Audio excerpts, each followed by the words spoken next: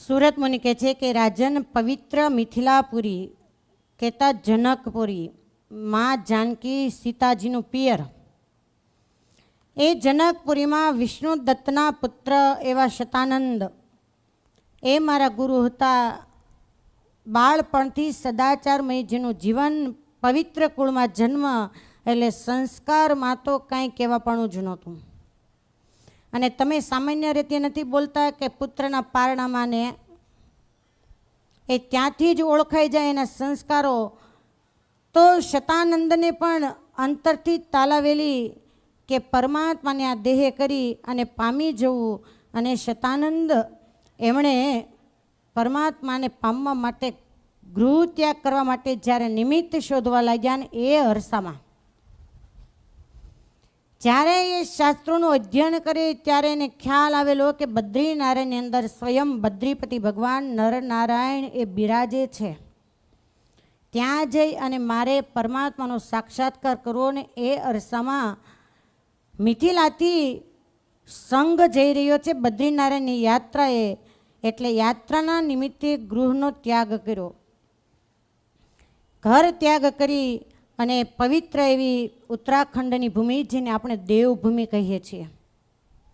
ચારધામ યાત્રાએ જઈએ ત્યારે આપણે બદ્રી કેદાર જઈએ છીએ. એ દેવભૂમિમાં યત્ર સાક્ષાત વિષ્ણુપદી ગંગાસ્તી ભવ મોચની પુણ્યમ નારદ કુંડમ ચ તપ્ત કુંડમ મઘાપહમ ઉર્વશી સંગમમ તીર્થમ યત્ર પંચશિલાસ્તથા પુણ્યા સંતિ ચ તીર્થાની યત્રા ન્યાન્યપી ભૂરિશ. કે હે રાજન, જ્યાં નારદ કુંડ, ઉર્વશી સંગમ, નારસી શિલા, આ બધું તમે જોયું છે? બદ્રીનારાયણ ગયા તો ઘણા હશે, પણ આ નામ બોલો એમાંથી લગભગને નહીં ખબર હોય કે આ બેન બોલે છે શું અને હતું ક્યાં. એવી પંચશિલા આવેલી છે. અને હે રાજન, ભગવાન વિષ્ણુના ચરણ કમળમાંથી નીકળતી ત્રિલોકીને પવિત્ર કરનારી એવી પતિત પાવની અલક નંદા એ નિર્મળ જળની અંદર પૂરપાટ વહી રહી છે. અને એ જ વખતે શતાનંદ સ્વામી કહેતા, પૂર્વે શતાનંદ એ વૈશાખ સુદ ત્રીજ, જેને આપણે અક્ષય તૃતીયા કહેતા અખા ત્રીજ તરીકે ઓળખીએ છીએ, ત્યાં પહોંચ્યા. ધર્મશાસ્ત્ર પ્રમાણે ઉપવાસ વિધિપૂર્ણ યાદી કરી રહ્યા છે. થોડા દિવસો બાદ જ્યારે સંઘ એ પાછો ફરે ને એ વખતે શતાનંદ કહે કે મારે પાછું આવવું નથી, મારે અહીંયા રહી અને પરમાત્માને મેળવવાની આરાધના કરવી છે. રોજે અલકનંદાની અંદર સ્નાન કરી કંદ ફળ ફૂલ ખાઈ અને દશમ સ્કંદનો પાઠ એ બદ્રીપતિ ભગવાનની આગળ બેસીને કરી રહ્યા છે. 6 માસ વ્યતીત થતા પરમાત્માએ દર્શન દેવાનું વિચાર્યું. અને યાદ રાખો કે એક તો ભગવાનની ઈચ્છા અને બીજું મોક્ષનું સાધન, આ બંને ભેગા થાય ત્યારે જ ભગવાન જીવાત્માને દર્શન આપે છે. ભગવાનને દર્શન દેવા હોય, પણ જો આપણામાં મુમુક્ષતાના બીજ ન હોય, કોઈ સાધન કર્યું ન હોય, તો ક્યારેય ભગવાન દર્શન ન આપે. અને એ જ વ્યક્તિ ભગવાનને વરી શકે કે જેને પરમાત્મા એ ભક્તને મળવાની ઈચ્છા ધરાવતા હોય. દાખલા તરીકે ચક્રવર્તી સમ્રાટ એનો રાજકુમાર હોય, એ રાજકુમારને વરવાની કેટલી રાજાની કન્યાઓની ઈચ્છા હોય, પણ એ જ કન્યા એ રાજકુમારને વરી શકે કે એ જે રાજકુમાર કન્યાને પસંદ કરે. એમ ભગવાનને એ જ જીવાત્મા વરી શકે કે પરમાત્મા જે જીવાત્માને પસંદ કરે. આપણે રોજ જે મંદિરમાં જઈને એમ કહીએ કે તમે હવે માતા ચ પિતા, તમે હવે હે મહારાજ હું તમારો છું, પણ એકવાર પરમાત્મા એમ કે હા તું મારો છો, પછી આ લોકના બધા સંબંધો પૂરા. કાર્તિક સુધી પ્રબોધની એકાદશીના દિવસે નિરાહાર ઉપવાસ કર્યો અને દશમ સ્કંદનો પાઠ જ્યારે કરી રહ્યા છે, અને એ જ વખતે રાત્રિના જાગરણમાં બ્રાહ્મ મુહૂર્તમાં નરનારાયણ દેવે પ્રત્યક્ષ દર્શન આપ્યું અને ભાવ વિભોર શતાનંદ બની ગયા. પરમાત્મા બોલે છે કે શતાનંદ માગો માગો. ત્યારે નિષ્કામ ભક્ત કોને કહેવાય અને સકામ ભક્ત કોને કહેવાય? નિષ્કામ સ્વામી એમ કહે, સકામ ભક્તની શ્રી હરિ રે સેવા પર હરે દુર સેવા પર હરે દૂર જાણે માઈક સુખ માગશે જડ બુદ્ધિ જરૂર જડ બુદ્ધિ જરૂર. આમાં તમે સમજ્યા? સકામ ભક્ત રોજ ઉઠીને આપણે મહારાજની પાસે એક આશા પૂરી કરે ને તો પાછા મૂર્તિ પાસે જઈને એમ કે મહારાજ 2 વ્હીલ નહોતું ને 4 વ્હીલ તમે આપી દીધી, હવે ઘરનો ફ્લેટ નથી. ફ્લેટ આપી દે તો બીજી આશા લઈને જાય. એટલે મહારાજ એમ કે આ જડ બુદ્ધિને કેટલું આપ્યું તો સંતોષ જ નથી. પણ સાચો ભક્ત કોને કહેવાય? પ્રેમાનંદ સ્વામી વર્ણન કરે, તમ પાસે માગું જોડી હાથ રે મોહન મન ગમતા. તમ પાસે માગો જોડી હાથ રે મોહન મન ગમતા. આપો કૃપા કરી દીનાનાથ રે મોહન મન ગમતા. આપો કૃપા કરી દીનાનાથ રે મોહન મન ગમતા.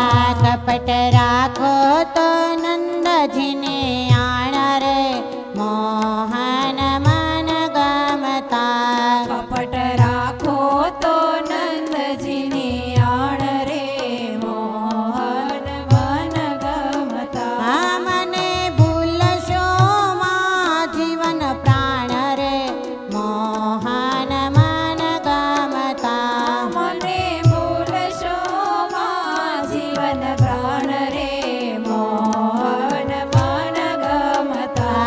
આપો તમારા જનનો સંગ રે મોહન મન ગમતા. આપો તમારા જનનો સંગ રે મોહન મન ગમતા. તેણે ચડે તમારો રંગ રે મોહન મન ગમતા. તેણે ચડે તમારો રંગ રે મોહન મન ગમતા. મારી સામો જોતા રે જોરે મોહન મન ગમતા. મારી સામો જોતા રહેજો રે મોહન મન ગમતા. ક્યાંય બંધાવા ના દેજો રે મોહન મન ગમતા.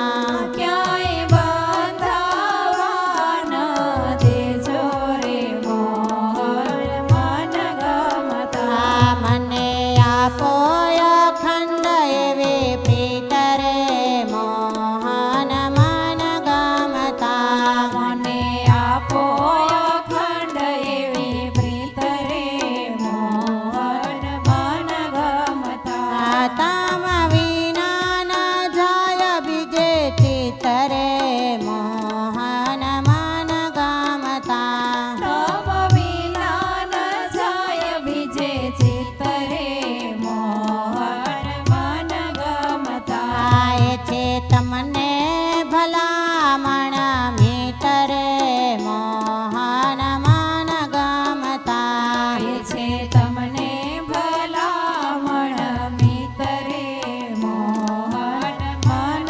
ગમતા. પ્રેમ સખી થઈ છે ન ચિંત રે મોહન મન ગમતા. પ્રેમ સખી થઈ છે ન ચિંત રે મોહન મન ગમતા. હો તમ પાસે માગો જોડી હાથ રે મોહન મન ગમતા.